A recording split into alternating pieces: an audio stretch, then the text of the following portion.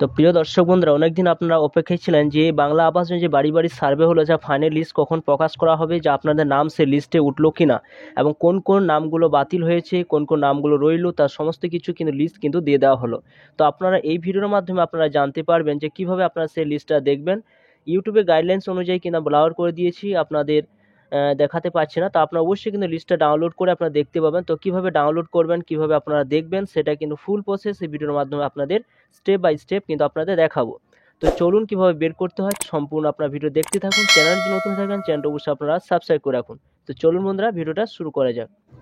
তো দেখতে পাচ্ছেন বন্ধুরা, তো এর সাইডে কিন্তু দিয়ে দেওয়া হয়েছে যে সমস্ত ব্যক্তিদের যোগ্য অযোগ্য সমস্ত কিন্তু লিস্ট কিন্তু এখানে দিয়ে দেওয়া হয়েছে, এবং প্রত্যেকটা গ্রাম পঞ্চায়েত অনুযায়ী কিন্তু সেই লিস্ট কিন্তু এখানে ওয়েবসাইটে দিয়ে দেওয়া হয়েছে। তো এই লিস্টটা আপনারা কিভাবে বের করবেন, কিভাবে দেখবেন, তো দেখতে পাচ্ছেন এখানে ফার্স্টে যেটা দেওয়া হয়েছে যে আওয়াজ প্লাস কিন্তু যোগ্য ব্যক্তিদের নাম কিন্তু এখানে রয়েছে। দেখতে পাচ্ছেন এখানে যোগ্য ব্যক্তির ২ নম্বর রয়েছে আবাস প্লাস অযোগ্য ব্যক্তির নামও কিন্তু রয়েছে, এবং PWL যোগ্য অর্থাৎ যারা পারম্যানেন্ট ওয়েটিং লিস্টে যে সেই সমস্ত ব্যক্তিরা যোগ্য সেই সমস্ত ব্যক্তির নাম রয়েছে। PWL অযোগ্য ব্যক্তির কিন্তু নাম এখানে রয়েছে।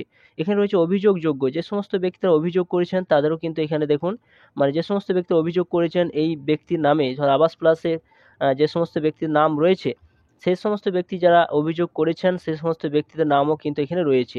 অভিযোগ অযোগ্য ব্যক্তিদের কিন্তু নাম রয়েছে বন্যা দুর্গত, যে সমস্ত জায়গায় বন্যা দুর্গত হয়েছেন এবং যারা বাড়ির জন্য কিন্তু সরাসরি মুখ্যমন্ত্রীতে ফোন করেছিলেন সেই সমস্ত ব্যক্তিদের নাম কিন্তু এখানে রয়েছে। এছাড়া বন্যা দুর্গত অযোগ্য ব্যক্তির নাম কিন্তু রয়েছে, নিষ্ক্রিয় করা হয়েছে সেটাও কিন্তু রয়েছে। তো এইভাবে স্লাইড করে করে যখন উপর দিকে যাবেন তো দেখতে পাচ্ছেন এখানে ইংলিশে কিন্তু সেটাও দিয়ে দেওয়া হয়েছে, যেটা উপরে যেটা দেখালাম সেটা কিন্তু এখানে ইংলিশে আপনাদের বলে দেওয়া হয়েছে, ওটা বাংলাতে বলা হয়েছে এবং ইংলিশে বলা হয়েছে। পরপর কিন্তু প্রত্যেকটা পঞ্চায়েতে কিন্তু অনুযায়ী কিন্তু সমস্ত জায়গায় কিন্তু এইভাবে দিয়ে দেওয়া হয়েছে। তো আপনারা যখন এই লিস্টটা বের করবেন তখন সরাসরি কিন্তু এই জায়গায় আপনাদের টিক চিহ্ন দিতে হবে। তো এই জায়গায় যখন টিক চিহ্ন দেবেন সরাসরি কিন্তু PDF আকারে সেই লিস্টটা কিন্তু ডাউনলোড হয়ে যাবে, এবং এখানে ডাউনলোড হয়ে গেলে সরাসরি কিন্তু আপনারা সেখান থেকে আপনারা দেখতে পাবেন যে আপনাদের নাম সেখানে স্যাংশন হয়েছে কিনা। তো দেখতে পাচ্ছেন আবাস প্লাস স্যাংশন এলিজিবিলিটি অপশন কিন্তু এখানে রয়েছে। তো আপনারা এখানে 1 নম্বরে দেখতে পাচ্ছেন, এবং যারা এলিজিবিলিটি হয়নি সেটা দেখছি ইন এলিজিবিলিটি অপশন কিন্তু এখানে রয়েছে। আবাস প্লাসে PWL এলিজিবিলিটি অপশন কিন্তু এখানে রয়েছে, তো দেখতেই পাচ্ছেন এখানে। তো এইভাবে সরাসরি আপনারা স্লাইড করে করে কিন্তু আপনারা দেখতে পারেন যে আপনাদের নাম এখানে এই লিস্টের মধ্যে রয়েছে কিনা, এবং থাকলে তবে কিন্তু আপনারা 15 তারিখ থেকে যে টাকা দেওয়ার কথা হয়েছে ডিসেম্বর মাসে, সেই 15 তারিখ থেকে কিন্তু আপনাদের টাকা ঢুকতে শুরু করবে প্রত্যেকটা ব্যাংকে অ্যাকাউন্টে। তো চলুন তাহলে কীভাবে আপনারা সেটা দেখবেন সেটা সম্পূর্ণ দেখে নেওয়া যাক। তো ফার্স্টে আপনারা কি করবেন, তো ফার্স্টে আপনারা কী করবেন, মোবাইলে ক্রোম ব্রাউজার ওপেন করুন। সেই ক্রোম ব্রাউজার ওপেন করার পর এখানে সার্চ বারে আপনি যে ডিস্ট্রিক্টে বসবাস করছেন সেই ডিস্ট্রিক্টের নামটা কিন্তু এই জায়গায় আপনারা টাইপ করে দেবেন। ধরুন এখানে যদি আপনি হাওড়া ডিস্ট্রিক্ট এখানে উল্লেখ করি, হাওড়া ডিস্ট্রিক্ট এখানে লিখলাম, লেখার পর এখানে ক্লিক করলাম। সরাসরি যখন এখানে ক্লিক করবেন তো সরাসরি কিন্তু হাওড়া ডিস্ট্রিক্টের যে ওয়েবসাইটটা রয়েছে সেই ওয়েবসাইটে কিন্তু এখানে ওপেন হয়ে যায়। ফার্স্টে দেখুন একটা ওয়েবসাইট কিন্তু রয়েছে, তো এই জায়গায় কিন্তু আপনাদের এখানে সরাসরি আপনার টিক চিহ্ন দিয়ে দেবেন। আপনি যে ডিস্ট্রিক্ট রয়েছে সেই ডিস্ট্রিক্টের নামটা কিন্তু এখানে আপনারা লিখে দেবেন।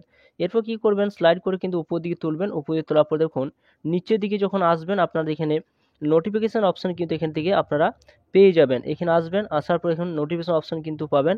যদি এভাবে খুঁজতে আপনার অসুবিধা হয় তাহলে কিন্তু এখানে একটা নোটিশ বলে একটা অপশান কিন্তু পেয়ে যাবেন। এই মোর অপশানে ক্লিক করবেন, উপর দিকে তুলবেন, উপর দিকে তোলার পর এখানে একটা নোটিশ বলে একটা অপশান কিন্তু এখানে পেয়ে যাবেন। দেখুন নোটিশ পাবেন বা বাংলার বাড়ি বলে একটা অপশান কিন্তু এখানে রয়েছে। আপনাদের ডিস্ট্রিক্ট অনুযায়ী সেই জায়গায় কিন্তু আপনাদের অন্য অপশানও থাকতে পারে, সেখানে কিন্তু আপনাদের নোটিশ অপশান কিন্তু থাকতে পারে। তো বাংলা বাড়ি অপশানের কাছে যখন টিক চিহ্ন দেবো সরাসরি দেখুন এখানে যে নোটিশটা দেওয়া হয়েছে, যে সমস্ত যোগ্য অযোগ্য PWL সমস্ত ব্যক্তির নাম কিন্তু এখান থেকে এভাবে কিন্তু আপনারা দেখতে পাবেন।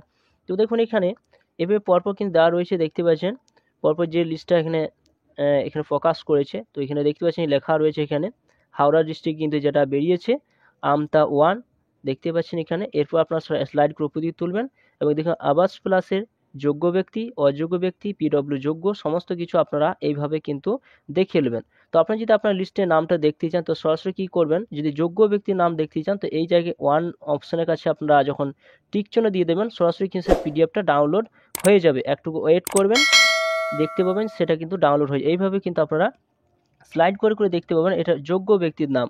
তো যোগ্য ব্যক্তির নাম যখন আপনাদের এখানে যখন লিস্টটা আপনারা বের করবেন তো উপরে দেখতে পাবেন যে ডিস্ট্রিক্ট LGD কোড অপশান কিন্তু উপরে কিন্তু থাকবে। দেখতে পাচ্ছেন ব্লকে কোড অপশান থাকবে, গ্রাম পঞ্চায়েত অপশান থাকবে। তো ডিস্ট্রিক্টে যেটা রয়েছে কোড, সেই কোডের ডিস্ট্রিক্টের নামটা কি দেখতে পাবেন, ব্লকের নামটা এখানে দেখতে পাবেন, গ্রাম পঞ্চায়েতের নামটা এখানে দেখতে পাবেন, ভিলেজের নামটা কিন্তু দেখতে পাবেন, এবং ফাইন্যান্সিয়াল ইয়ার সেটা কিন্তু দেখতে পাবেন। 2024-25 অপশান কিন্তু রয়েছে, তো দেখতে পাচ্ছেন 2024-25 অপশান কিন্তু রয়েছে। এবং রেফারেন্স আইডি যেটা রেজিস্ট্রেশন আইডি, সেই রেজিস্ট্রেশন আইডিটা ক্লিক করলে আপনার ডিটেলস কিন্তু আপনার বেরিয়ে যাবে।